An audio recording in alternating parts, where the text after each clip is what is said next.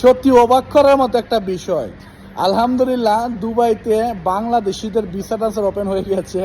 তো কথাটা শুনে যান, সম্পূর্ণ ভিডিও দেখে যান। বাংলাদেশি ছেলেদের জন্য না, এটা শুধু ওমেন্সদের জন্য, মানে মেয়েদের জন্য। আচ্ছা, আমি বিষয়টা শুনে অনেক হাসতেছি ভাই। মানে বিষয়টা হচ্ছে যে, আচ্ছা এইটার আওতাধীন কয়টা মেয়ে আসবে? দুবাইতে প্রায় 16 লক্ষ সাধারণ প্রবাসীদের মাঝে 7 থেকে 8 লক্ষ সাধারণ প্রবাসী কিন্তু এটার মানে ভিসা ট্রান্সফার সমস্যা ভুগছিল, এখনও আছে তারা কিন্তু। তো কয়টা মেয়ে আছে রে ভাই ওদের এটার দরকার? আমার তো মনে হয় না। যদি কুলে দিতেই হয়, যদি কাজ করতে হয়, তাহলে ছেলেদেরটা কুলে দেন যারা এটার সমস্যার সম্মুখীন আছে।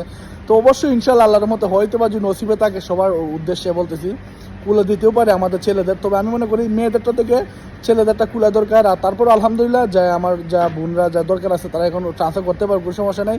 তো মানে আমার খুব হাসি পাইছে রে ভাই, আমরা ছেলেদের দুষ্টা কি, আমার ছেলেদের দুষ্টা কী ছিল আমি সেটাই বুঝতে পারতেছি না। আর সবাই ভিডিওটা শেয়ার করে সবাইকে দেখাচ্ছ কিন্তু আলহামদুলিল্লাহ দুবাইতে আমাদের মেয়েদের ভিসা ট্রান্সফার খুলে দেওয়া হয়েছে।